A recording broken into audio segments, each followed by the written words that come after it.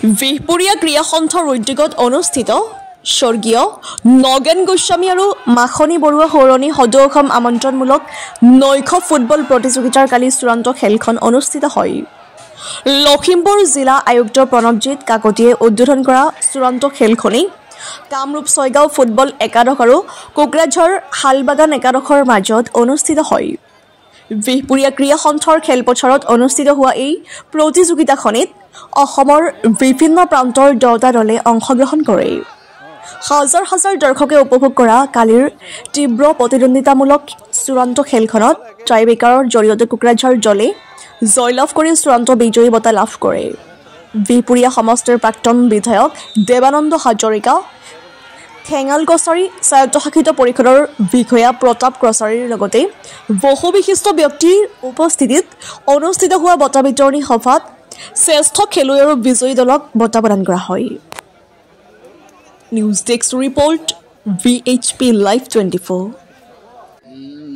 লখিমপুৰত আমাৰ পটেনচিয়েল যথেষ্ট আছে আৰু ইয়াত এতিয়া নতুনকৈ ইনফ্ৰাষ্ট্ৰাকচাৰ যথেষ্টখিনি ডেভেলপ হৈছে।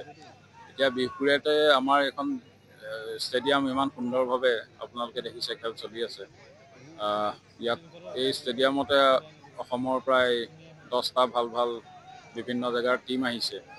ইয়াত নাইট ফুটবল চলি আছে।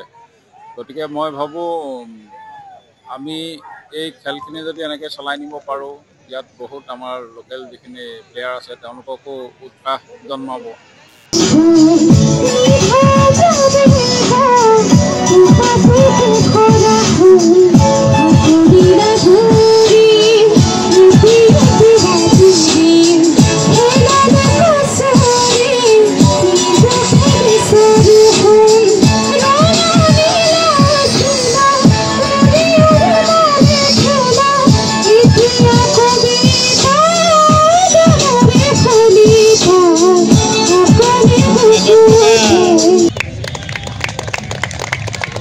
তাৰপিছত দুষ্মন্ত মৰাংদেৱ, আমি তেখেতক তাৰপিছত আমাৰ কৌশিক নায়কদেৱ আছে। কৌশিক নায়কদেৱক আমি মৰম যাচিবৰ কাৰণে জীৱন ফুকন দেৱক অনুৰোধ জনাইছোঁ। এই নৈশ ফুটবল প্ৰতিযোগিতা গ্ৰহণ কৰিবৰ কাৰণে তেখেতক আগবাঢ়ি আহিবৰ কাৰণে অনুৰোধ জনাইছোঁ আৰু এই বঁটা প্ৰদান কৰিব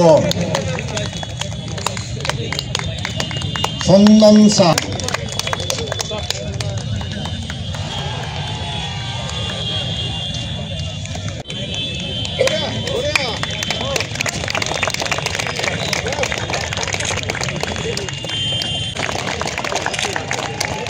আমি ছয়গাঁও দলক আমি বিহপুৰীয়া ক্ৰীড়া সন্থা,